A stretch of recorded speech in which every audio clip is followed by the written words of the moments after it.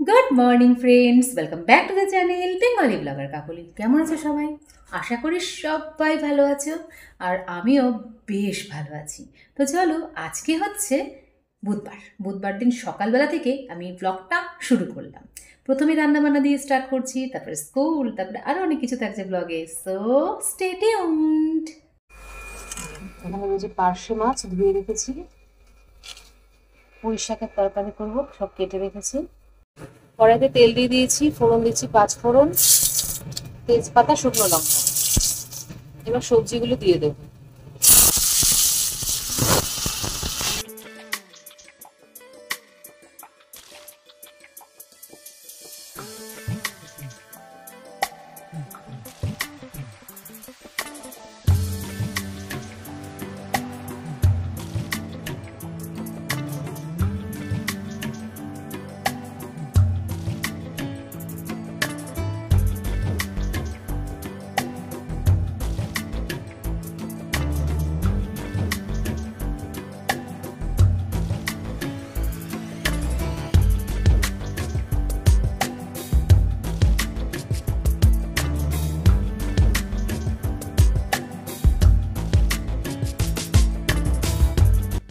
পুঁই শাকের চচ্চড়িটা বসিয়ে ঢেকে দিলাম। এবারে মাছগুলো ভেজে নেব।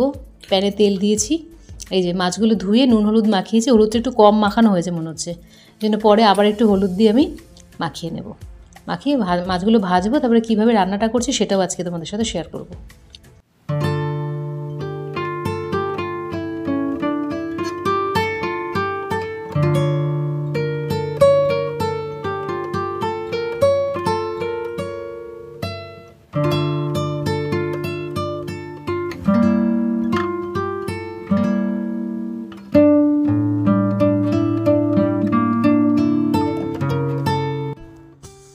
সবগুলো মাছ ভাজা হয়ে গেল, তরকারিটাও এদিকে হয়ে গেছে। এরপরে আমি একটা মশলা কষাচ্ছি, বেশি কিছু নয়, কালো জিরে ফোড়ন দিয়ে কাঁচা লঙ্কা, টমেটো, হলুদ গুঁড়ো, জিরের গুঁড়ো আর নুন, এই দিয়ে একটা মশলার ঝোল বানালাম। তারপরে পার্শে মাছগুলো এর মধ্যে দিয়ে ভালো করে ফুটিয়ে নিয়ে একটু ধনে পাতা দেবো আজকে, তাতেই কিন্তু দারুণ তোফা হয়েছিল, জানো তো।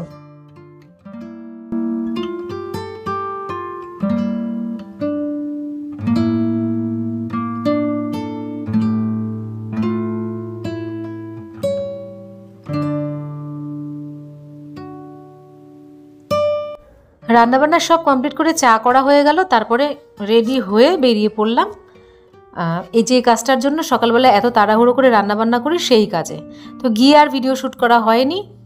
আজকে স্কুল থেকে বেরোতে 5টা বেজে গেল।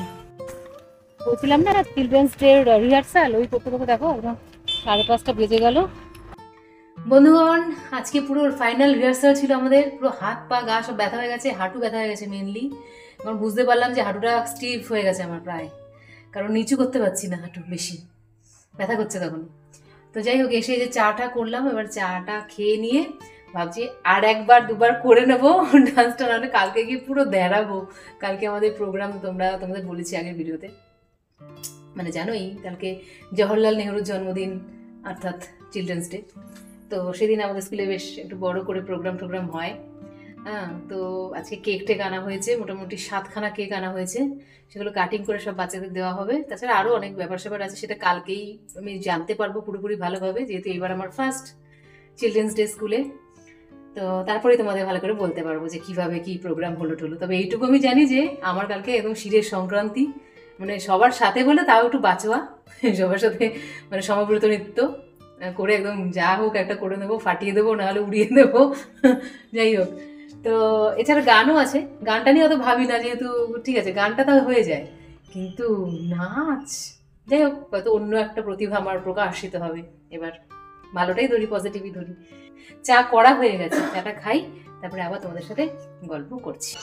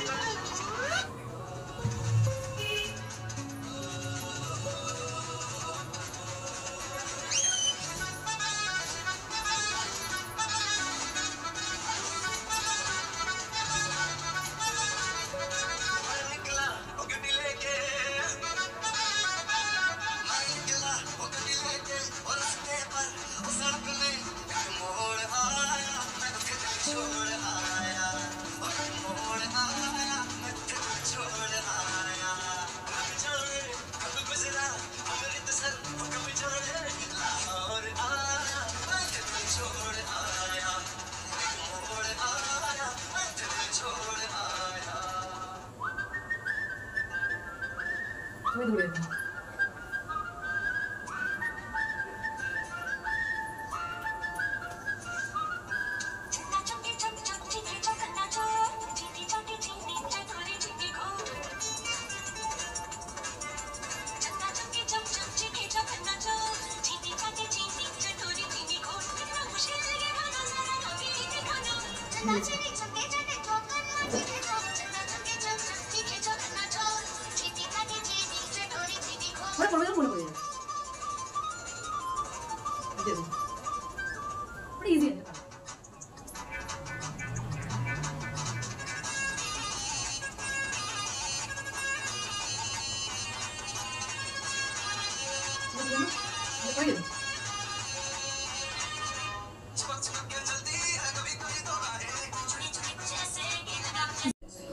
বন্ধুরা একটু প্র্যাকটিস করলাম, আর আমি যেটা দেখলাম সেটা হচ্ছে শুধুমাত্র মিউজিক দিয়ে মনে করে করে আমি স্টেপ মনে রাখতে পারছি না, কিন্তু যখন কোরাসে সবাই মিলে করছি তখন একটুখানি দেখে দেখে করে নিতে পারছি, ম্যানেজেবল। তো যাই হোক, মোটামুটি আমি তৈরি হয়ে গেছি। আর শুধু ডান্সই নয়, ভাবলাম যে একটা সোলো পারফরমেন্স করি, আর রিসাইটেশন করবো। আমি এখনো ভাবিনি যে স্বরচিত কবিতা বলবো নাকি একটা কবিতা বলার ইচ্ছা রয়েছে, সেটা একটু বলেই দিই তোমাদের। আমি ভাবছি যে ভবানী প্রসাদ মজুমদারের বাংলাটা ঠিক আসে না, এই কবিতাটাই ওখানে রিসাইট করব। তোমরা জানিও কেমন সিলেকশন আমার, ঠিক আছে? তো কালকে বিশাল ব্যাপার, কালকে একটা গান আছে কোরাসে, একটা ডান্স আছে কোরাসে, আর একটা সোলো পারফরমেন্স আছে। তো কালকে মানে ভালো ভালো উতরে যাবো, অত এইটুকু কনফিডেন্স আছে। হ্যাঁ, যে করে আর আমার নার্ভাস হয়ে যাবে ওই রকম ব্যাপার এখন আর নেই। কি হবে এখন, শুধু কি বা হবে, যদি ভুলও হয় কি হবে?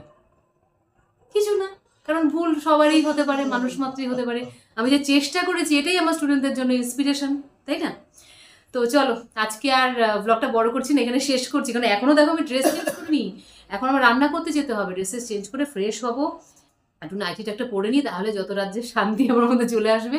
একটু গরম কম লাগবে। আসলে আজকে আমার প্রচন্ড গরম লাগছে, তার কারণ কি বলতো, ওই লাফালাফি ঝাপাঝাপি করছি তো। হ্যাঁ, তাই বলছিলাম যে আমি যে এই যে 3-4 দিন প্র্যাকটিস করে আমার অন্তত 25 গ্রাম ওজন কমেছে।